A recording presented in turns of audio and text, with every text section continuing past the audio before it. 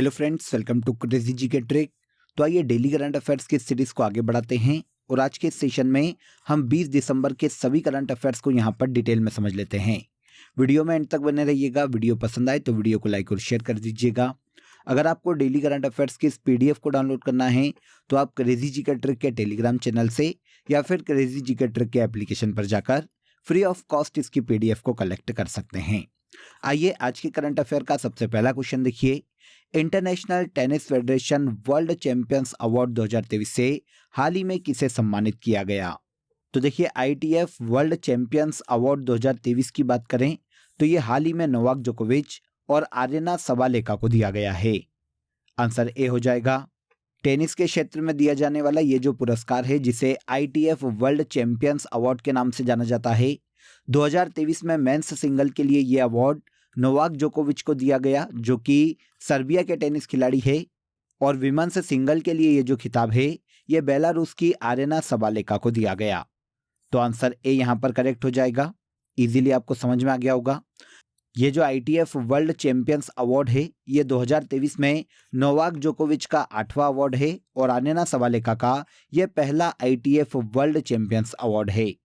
अब यहाँ पर हम other ITF world champion award की बात करें तो विमेंस डबल का ये जो अवार्ड है ये स्टॉर्म हंटर और एलिस मर्टेस को संयुक्त रूप से दिया गया, और मेंस डबल्स का ITF world champion award Rajeev Ram और जो सेलिसबरी को संयुक्त रूप से दिया गया। अब जैसा कि नोवाक जोकोविच की अभी हमने बात की, ये सर्बिया के टेनिस खिलाड़ी है। इन्होंने 2023 में देखिए 3 ग्रैंड स्लैम प्रतियोगिताएं अपने नाम की, जिसमें से ऑस्ट्रेलियन ओपन, फ्रेंच ओपन और यूएस ओपन शामिल है। आर्यना सबालेका बेलारूस की टेनिस खिलाड़ी है। इन्होंने 2023 में ऑस्ट्रेलियन ओपन विमेन सिंगल का खिताब जीता है। तो यहाँ पर men's single, women single, men's double और विमेन्स डबल्स के पुरस्कार आपको यहाँ पर पता चल गए।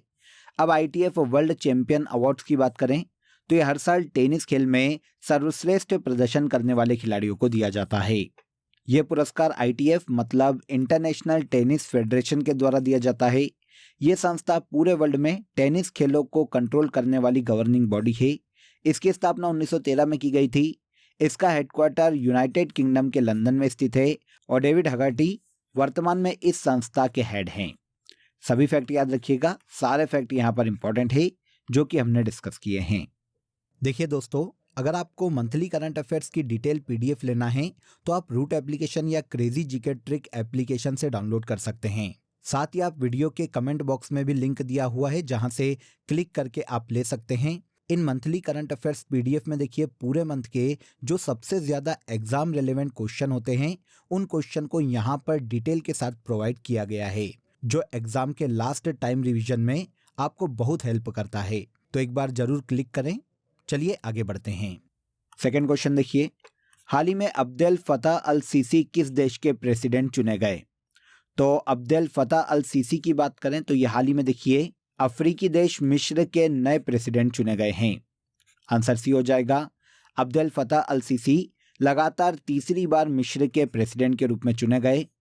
मिस्र की चुनावी संस्था नेशनल इलेक्शन अथॉरिटी के अनुसार अब्देल फतह अल सीसी को मिस्र में प्रेसिडेंट के इलेक्शन में ऑलमोस्ट 89% वोट प्राप्त हुए हैं, और इस तरह से ये लगातार तीसरी बार मिस्र के प्रेसिडेंट के रूप में चुने गए।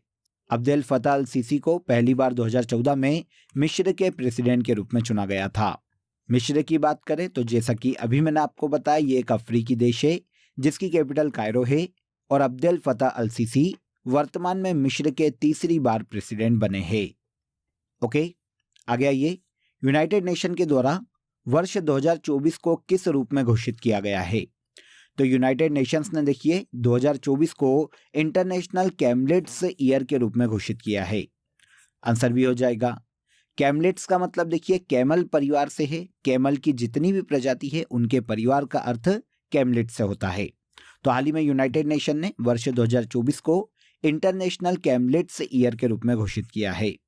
उद्देश्य आप सभी को पता है, कैमलेट्स की जितनी भी प्रजाति है उनका संरक्षण करना और इस बात से पूरे वर्ल्ड को अवगत कराना है कि पूरे वर्ल्ड में 90 से अधिक देशों में खतरनाक स्थितियों में जो परिवार सर्वाइवल कर रहा है उनके लिए कैमलेट्स की जो प्रजातियां हैं वो जीवन यापन के लिए या आजीविका साधन के रूप में बहुत ही महत्वपूर्ण है।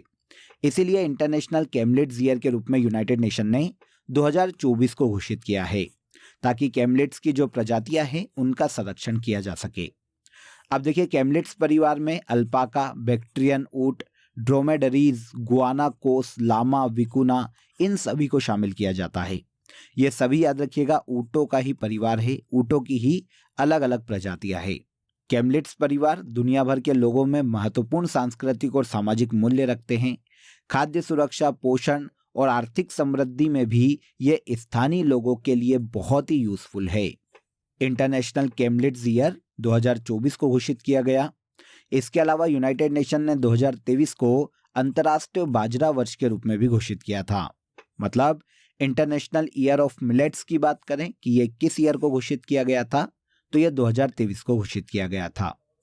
अब यूनाइटेड नेशन के बारे में तो नॉर्मली आप सभी जानते हैं, एक इंटरनेशनल ऑर्गेनाइजेशन है फ्रेंड्स, जिसकी स्थापना 24 अक्टूबर 1945 को की गई थी। यूएसए के न्यूयॉर्क में इसका हेडक्वार्टर स्थित है और एंटोनियो गुतरेस वर्तमान में यूनाइटेड नेशन के सेक्रेटरी जनरल के पद पर हैं। फिफ्थ टेनिस प्रीमियर लीग 2023 किसने जीती है? फिफ्थ टेनिस प्रीमियर लीग 2023 का खिताब बेंगलुरु मैवरिक्स की टीम ने अपने नाम किया है। बेंगलुरु मैवरिक्स की टीम ने देखिए फिफ्थ टेनिस प्रीमियर लीग के फाइनल में बंगाल विजार्ड को हराकर इस टेनिस प्रीमियर लीग को अपने नाम किया है। इस लीग की बात करें तो 2023 में इस लीग में टोटल 8 टीमों ने पार्टिसिपेट किया था और इस लीग में सुमित नागल सबसे महंगे खिलाड़ी थे, जिन्हें गुजरात पैंथर्स ने देखिए सबसे महंगे दामों पर खरीदा था। तो फिफ्थ टेनिस प्रीमियर लीग 2023 के फाइनल में बेंगलुरु मैवरिक्स की टीम ने बंगाल विजार्ड को हराकर इस लीग का खिताब अपने नाम किया है। यह लीग एक वार्षिक टेनिस लीग है फ्रेंड्स, जो कि भारत में हर साल आयोजित की जाती है, जिसकी शुरुआत 2018 में की गई थी। नेक्स्ट देखिए, गोवा मुक्ति दिवस हर साल कब मनाया जाता है? तो भारत में हर साल 19 दिसंबर को गोवा मुक्ति दिवस के रूप में मनाया जाता है। कारण क्या है? तो देखिए, आप सभी जानते हैं कि भारत की आज़ादी के बाद भी 1961 तक गोवा पुर्तगालियों के अंडर में था। आगे चलकर भारत ने देखिए ऑपरेशन विजय चलाया था, भारतीय सेना के द्वारा ऑपरेशन विजय चलाया गया और पुर्तगालियों से 450 वर्षों के शासन के बाद 1961 में भारतीय सशस्त्र बलों ने गोवा को पुर्तगालियों से मुक्त किया था। इसी उपलक्ष्य में हर साल 19 दिसंबर को गोवा मुक्ति दिवस के रूप में मनाया जाता है। गोवा जो कि भारत का एक राज्य है फ्रेंड्स, इसकी कैपिटल पणजी है। पीएस श्रीधरन पिल्लई वर्तमान में इस राज्य के गवर्नर के पद पर हैं और चीफ मिनिस्टर की बात करें तो ये प्रमोद सावंत है। अब दिसंबर मंथ के अन्य डे की बात करें, जो अदर डे हैं उनकी बात करें, तो मानव अधिकार दिवस 10 दिसंबर को मनाया जाता है। अंतर्राष्ट्रीय पर्वत दिवस 11 दिसंबर को, international universal health coverage day 12 दिसंबर को, अरबी भाषा दिवस 18 दिसंबर को और अंतर्राष्ट्रीय प्रवासी दिवस के रूप में हर साल 18 दिसंबर को ही मनाया जाता है।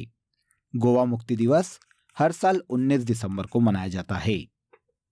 इसके बाद साइंस और टेक्नोलॉजी के लिए 45 जमनालाल बजाज पुरस्कार किसे प्रदान किया गया? तो 45वां जमनालाल बजाज अवार्ड साइंस और टेक्नोलॉजी के लिए डॉक्टर रामा लक्ष्मी दत्ता को दिया गया। आंसर ए हो जाएगा।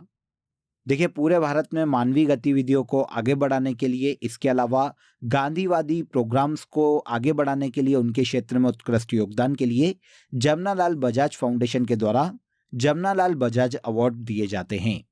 इस साल 2023 में 45वें जमनालाल बजाज अवार्ड की घोषणा की गई, जिसमें देखिए साइंस और टेक्नोलॉजी के लिए ये जो पुरस्कार है डॉक्टर रामा लक्ष्मी दत्ता को दिया गया। अलग अलग क्षेत्र है, इसीलिए क्रिएटिव वर्क के क्षेत्र में ये जो पुरस्कार है ये डॉक्टर रेगी जॉर्ज और डॉक्टर ललिता रेगी को दिया गया। महिला और बच्चों के विकास और कल्याण के क्षेत्र में यह पुरस्कार सुधा वर्गीस को दिया गया है और भारत के बाहर गांधीवादी विचारधारा को, मूल्यों को बढ़ावा देने के लिए 2023 में यह पुरस्कार राहा नबा कुमार को दिया गया। क्वेश्चन हमारा साइंस और टेक्नोलॉजी के क्षेत्र में था, तो ये किसे दिया गया? डॉक्टर रामा लक्ष्मी दत्ता को। पुरस्कार अभी मैंने आपको बताया, गांधीवादी विचार को आगे बढ़ाने के लिए, सोशल वर्क के क्षेत्र में, सामाजिक विकास के क्षेत्र में हर साल ये पुरस्कार दिया जाता है। इसकी शुरुआत 1977 में की गई थी। हाल ही में IUCN द्वारा साइगा को लुप्तप्राय श्रेणी से हटाकर निकट संकटग्रस्त श्रेणी में डाला गया। यह किस जानवर की प्रजाति है? तो देखिए, साइगा की बात करें तो यह हिरण की एक प्रजाति है फ्रेंड्स। जिसे IUCN, जिसे international union for conservation nature and natural resource के नाम से जाना जाता है, इसके द्वारा लुप्तप्राय श्रेणी से हटाकर निकट संकटग्रस्त श्रेणी में डाला गया है। किसे? साइगा को। तो साइगा किसकी प्रजाति है? क्वेश्चन हमारा ये था। तो ये हिरण की एक प्रजाति है, याद रखिएगा। साइगा को ही सेगा के नाम से भी जाना जाता है और इसके साइंटिफिक नेम की बात करें तो ये सेगा टाटारिका है। वर्तमान में हिरण की ये प्रजाति कजाकिस्तान, उज्बेकिस्तान या मंगोलिया, रशिया जैसे स्पेशली एशिया के जो मध्य देश हैं उनमें सबसे ज़्यादा पाई जाती है। रशिया जैसे ठंडे इलाकों में भी कहीं कहीं मैदानों में ये देखने को मिल जाते हैं। IUCN ने 2001 में इस प्रजाति को देखिए गंभीर रूप से लुप्तप्राय श्रेणी में डाला था, लेकिन जब इसका संरक्षण किया जाने लगा और इसकी संख्या में अब जब वृद्धि हो गई है तो अब इसे लुप्तप्राय की श्रेणी से हटाकर निकट संकटग्रस्त श्रेणी में डाल दिया गया है। ठीक है, तो क्रिटिकली इंडेंजर की श्रेणी में अब साइगा को IUCN के द्वारा शामिल किया गया। देखिए, हिरण की प्रजाति साइगा के बारे में आपको पता चल गया। अब स्पेशली हम IUCN की बात कर लेते हैं। तो पूरे वर्ल्ड में नेचर के लिए काम करने वाली ये सबसे बड़ी अंतर्राष्ट्रीय संस्था है, जो कि यूनाइटेड नेशन का एक अंग है। इसकी स्थापना 5 अक्टूबर 1948 को की गई थी। मुख्यालय स्विट्जरलैंड के ग्लांड में स्थित है और यहाँ पर सबसे इंपॉर्टेंट फैक्ट, IUCN के द्वारा ही देखिए जीव जंतुओं के संरक्षण के लिए रेड डेटा बुक को जारी किया जाता है। रेड डेटा बुक में संकटग्रस्त प्रजातियों का उल्लेख रहता है। ये बुक कौन मेंटेन करती है? IUCN करती है। आगे आइए, हाल ही में कोरोना का नया वेरिएंट JN1 किस राज्य में मिला है? देखिए, पहला फैक्ट तो आपको ये नोट करना चाहिए कि JN1 किसका वेरिएंट है। तो ये कोरोना का नया वेरिएंट है जो कि हाल ही में देखिए भारत के केरल राज्य में देखने को मिला है। केरल राज्य में कोरोना के इस वेरिएंट के मिलने के बाद भारत सरकार के द्वारा पूरे भारत में कोरोना के लिए एडवाइजरी जारी की गई है। वैसे अभी तक ये इतना घातक वायरस का वेरिएंट नहीं है, लेकिन अगर हम इसकी डिटेल देखें तो JN1 कोरोना के वेरिएंट BA.2.86 का सब वेरिएंट है, जो कि मानव के शरीर के लिए कम घातक है। नॉर्मली इस केस में सर्दी, बुखार, जुकाम जैसे लक्षण इंसान में दिखाई दे सकते हैं। वेरिएंट किसका है, हमारा क्वेश्चन ये था। तो JN1 कोरोना का एक नया वेरिएंट है। कोरोना की बात करें तो ये वायरस जनित रोग है, वायरस से होने वाली बीमारी है। 2020 में आप सभी जानते हैं कोरोना के कारण पूरे वर्ल्ड में लॉकडाउन लगाया गया था। तो JN1 कोरोना का नया वेरिएंट है जो कि भारत के केरल राज्य में मिला है। नेक्स्ट, राज्यसभा में सांसदों का निलंबन संसद के किस नियम के तहत होता है? तो राज्यसभा में सांसदों का अगर निलंबन किया जाना है फ्रेंड्स, तो ये संसद के रूल नंबर 255 के तहत किया जाता है। अब ये सुर्खियों में इसलिए है फ्रेंड्स क्योंकि शीतकालीन सत्र के दौरान हाल ही में 78 सांसदों को, जिसमें देखिए लोकसभा के 33 और राज्यसभा के 45 सांसद शामिल है, इन्हें हाल ही में निलंबित कर दिया गया। अब इन MPs को सस्पेंड क्यों किया गया, अगर हम इसकी बात करें तो देखिए संसद में कुछ समय पहले वहां की सुरक्षा में एक चूक हुई थी फ्रेंड्स। कुछ असामाजिक तत्व संसद में अंदर तक घुसकर आ गए थे। तो इस पर केंद्रीय गृह मंत्री अमित शाह के बयान की मांग को लेकर इन विपक्ष के जितने भी MPs हैं इन्होंने हंगामा किया था, जिसके कारण राज्यसभा के 45 सांसदों को नियम संख्या 255 के तहत निलंबित किया गया है। अब यहाँ पर यह बात याद रखिएगा कि राज्यसभा के MPs को निलंबित करने के लिए रूल नंबर 255 का यूज किया जाता है, लेकिन यहीं पर अगर हम लोकसभा की बात करें तो लोकसभा के MPs को अगर निलंबित करना है तो इसमें नियम 373 और नियम 374A का यूज किया जाता है। दोनों ही केस में अलग अलग रूल नंबर है, याद रखिएगा। राज्यसभा के मामले में यह संख्या नियम संख्या 255 है, जो राज्यसभा के सभापति को यह अधिकार देता है कि अगर कोई भी सदस्य, राज्यसभा का कोई भी MP अमर्यादित अपने आचरण को रखता है राज्यसभा के अंदर, तो राज्यसभा के सभापति उसे निलंबित कर सकते हैं। यह निलंबन की अधिकतम अवधि शेष सत्र के लिए होती है। निलंबित सदस्य कक्ष में प्रवेश नहीं कर सकते उसके बाद, और किसी भी समिति की बैठक में भी पार्टिसिपेट नहीं कर सकते।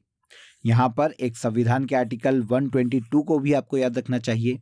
इंडियन कॉन्स्टिट्यूशन का आर्टिकल 122 प्रावधान करता है कि संसदीय कार्रवाई पर न्यायालय के समक्ष सवाल नहीं उठाया जा सकता। मतलब संसद में कोई भी घटना होती है, कोई भी कार्रवाई की जाती है किसी पर, तो उसे न्यायालय में चुनौती नहीं दी जा सकती। पार्लियामेंट का काम अलग है और यह न्यायपालिका की अधिकारिता से बाहर है। ओके, इसके बाद आज के करंट अफेयर का सबसे लास्ट क्वेश्चन देखिए। चर्चित आनंद विवाह अधिनियम किस धर्म से संबंधित है? आनंद विवाह अधिनियम सिख धर्म से संबंधित है, सिख रिलीजन से संबंधित है। सुर्खियों में इसलिए है क्योंकि हाल ही में सेंट्रल गवर्नमेंट ने इसे जम्मू कश्मीर राज्य में लागू किया है। आनंद विवाह अधिनियम का संबंध सिख समुदाय में होने वाली शादी से है। संसद के द्वारा इस अधिनियम को 2012 में पारित किया गया था, लेकिन क्योंकि तब तक जम्मू कश्मीर अस्थायी राज्य था, 370 वहां लागू थी, तो जम्मू कश्मीर राज्य को छोड़कर ये बाकी भारत में उस वक्त लागू किया गया था। लेकिन अब इसे 2023 में जम्मू कश्मीर राज्य में भी लागू कर दिया गया। इस अधिनियम के उद्देश्य की बात करें तो इस अधिनियम का उद्देश्य सिख परंपरा के अनुसार किए गए विवाह को कानूनी रूप से मान्यता देना है। सिख धर्म में इस विवाह प्रथा को आनंद कारज के नाम से जाना जाता है, जो कि सिखों के गुरु अमरदास के द्वारा शुरू किया गया था। तो आनंद विवाह अधिनियम सिख धर्म से संबंधित अधिनियम है, जिसे हाल ही में जम्मू कश्मीर राज्य में लागू किया गया। क्लियर? तो यहाँ पर देखिए हमने 20 दिसंबर के सभी करंट अफेयर्स को डिटेल में समझ लिया। अब आ जाइए फैक्ट शीट को हम यहाँ पर आगे बढ़ाते हैं। फैक्ट शीट में हम वन लाइनर करंट अफेयर को यहाँ पर डिस्कस कर रहे थे। तो देखिए 26 मार्च 2023 को खबरों में रहा सिनिया द्वीप यूएई में स्थित है। 26 मार्च 2023 को ओडिशा के गंधमर्दन हिल रेंज को बायोडाइवर्सिटी हेरिटेज साइट घोषित किया गया। 26 मार्च 2023 को सलीमा टेटे एशियाई हॉकी फेडरेशन की एथलीट एम्बेसडर के रूप में नियुक्त की गई। 27 मार्च 2023 को महिला प्रीमियर लीग 2023 का खिताब मुंबई इंडियंस ने दिल्ली कैपिटल को हराकर जीता। 27 मार्च 2023 को इसरो ने 36 उपग्रहों के साथ भारत के सबसे भारी LVM-3 रॉकेट का प्रक्षेपण किया। वन्यजीव संरक्षण पुरस्कार 2023 आलिया मीर ने अपने नाम किया। आगे आइए 27 मार्च 2023 को ब्राजील के पूर्व राष्ट्रपति डिल्मा रूसेफ को न्यू डेवलपमेंट बैंक के अध्यक्ष के रूप में चुना गया। और इसके बाद हमजा यूसुफ हाल ही में स्कॉटलैंड की नई प्रथम मंत्री चुनी गई है। ये सभी वन लाइनर इंपॉर्टेंट है, ध्यान रखिएगा। अब आ जाइए लास्ट डे के सेशन में जो करंट अफेयर हमने डिटेल में समझा था उसे हम एक बार यहाँ पर रिवाइज कर लेते हैं। पहला देखिए, पहले खेलो इंडिया पैरा गेम्स 2023 की पदक तालिका में हरियाणा पहले स्थान पर रहा। हाल ही में पीएम नरेंद्र मोदी ने उत्तर प्रदेश में स्वर्वेद महामंदिर धाम का इनॉग्रेशन किया। वर्ल्ड बैंक की माइग्रेशन एंड डेवलपमेंट रिपोर्ट के अनुसार प्रवासियों से प्राप्तियों के मामले में भारत पूरे वर्ल्ड में शीर्ष पर है। FIH mains junior hockey world cup 2023 का खिताब जर्मनी ने अपने नाम किया। वायुसेना द्वारा अभ्यास अस्त्र शक्ति 2023 का आयोजन आंध्र प्रदेश राज्य में किया गया। 26वें वर्ल्ड विमेन्स हैंडबॉल चैंपियनशिप 2023 का खिताब फ्रांस ने जीता है। विजय हजारे ट्रॉफी 2023 का खिताब हरियाणा ने राजस्थान को हराकर जीता था। आगे आइए, लॉजिस्टिक्स इंडेक्स चार्ट 2023 में 13 राज्यों को अचीवर्स के रूप में शामिल किया गया। रॉयल सोसाइटी ऑफ केमिस्ट्री द्वारा न्योहोम पुरस्कार 2023 सविता लॉडेज को दिया गया। और लास्ट है, कुवैत के शासक शेख नवाफ अल अहमद अल सबा का हाल ही में 86 वर्ष की आयु में निधन हुआ है। ये सभी ऐसे करंट अफेयर है फ्रेंड्स जिन्हें हमने लास्ट डे के सेशन में डिटेल में समझा था। चलिए अब आपके लिए आज के लिए क्वेश्चन ऑफ द डे देख लीजिए। बाबर ने किसे पानीपत के पहले युद्ध में हराया था? बहुत ही इंपॉर्टेंट क्वेश्चन है, कमेंट में जरूर बताइएगा कि इस क्वेश्चन का आंसर क्या है। इसके अलावा दोस्तों आप सभी के लिए एक इंपॉर्टेंट अपडेट है। अब आपके लिए क्रेजी जीके ट्रिक के सभी कोर्सेज वेबसाइट पर भी अवेलेबल है। ये सभी कोर्सेज आप सभी की रिक्वायरमेंट और लेटेस्ट एग्जाम पैटर्न को ध्यान में रखकर डिजाइन किए गए हैं। यहाँ हम बेसिक कॉन्सेप्ट के साथ साथ कॉम्प्रिहेंसिव लर्निंग पर फोकस करते हैं, तो एक बार जरूर वेबसाइट पर विजिट करें। इसका लिंक आपको डिस्क्रिप्शन बॉक्स में दिया गया है। तो आज के इस वीडियो में बस इतना ही। अगर वीडियो अच्छा लगा हो तो वीडियो को लाइक और शेयर कर दीजिए, चैनल को सब्सक्राइब कर लीजिए। कल फिर मुलाकात करेंगे नेक्स्ट डे के करंट अफेयर में। तब तक अपना ख्याल रखिए। जय हिंद, जय भारत।